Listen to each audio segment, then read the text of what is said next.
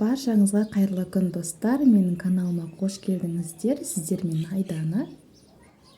Бүгін сіздермен балалық шағымыздың балғын дәмі ауызға салса ерейтін лакомканың рецептімен бөлісетін боламын. Видеоны соңына дейін қараңыздар, рецептпен жасап көріңіздер.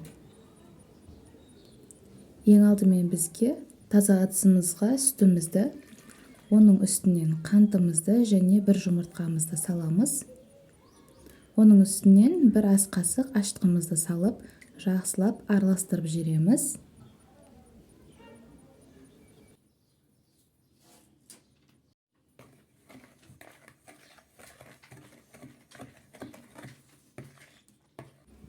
Араласқан массамыздың үстінен бір шай қасық тұзымызды және бөлме температурасында тұрған сары майымызды саламыз. Мендегі сары май 82,5% май. Енді ұнымызды елеуіштен өткізіп, екіге бөліп салып, жұмсақ қамыр илейтін боламыз.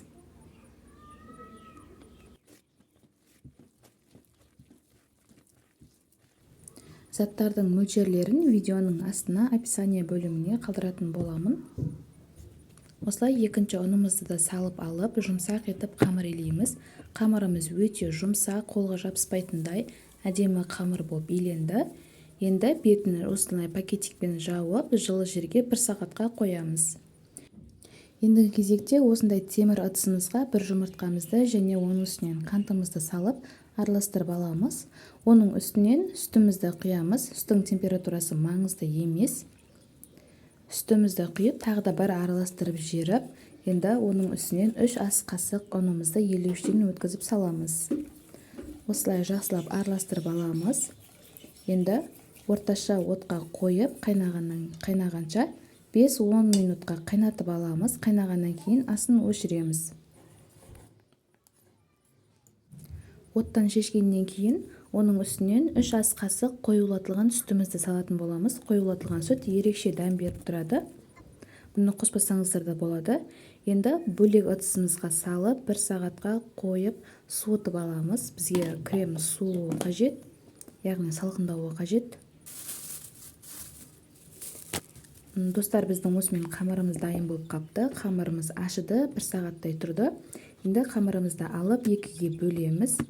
Таразының көмегімен бәрін бірдей грамм етіп, мен 70 граммнан бөлдім. Осылай 70 граммнан етіп, барлығын бірдей етіп, теңдей етіп бөліп шығамыз.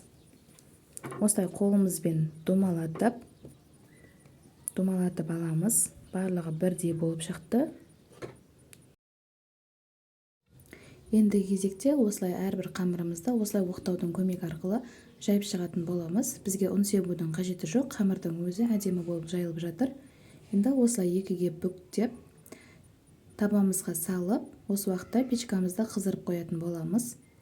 Осылай барлық қамырымызды жасап болғаннан кейін бетіне бір жұмыртқамызды жағып шығамыз.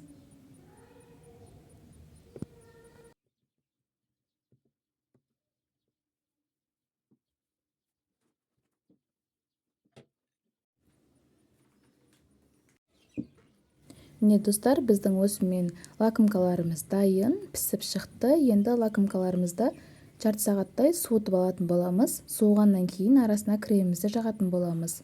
Осылай алып, ортасын кішкене кесіп жібереміз. Егер жабысып қалған болса, осылай арасына бір шай қасықтан кремімізді салып шығамыз. Осылай ортасынан салып шыққаннан кейін шеткі ектеріне де кішкене крем жағып шығатын боламыз.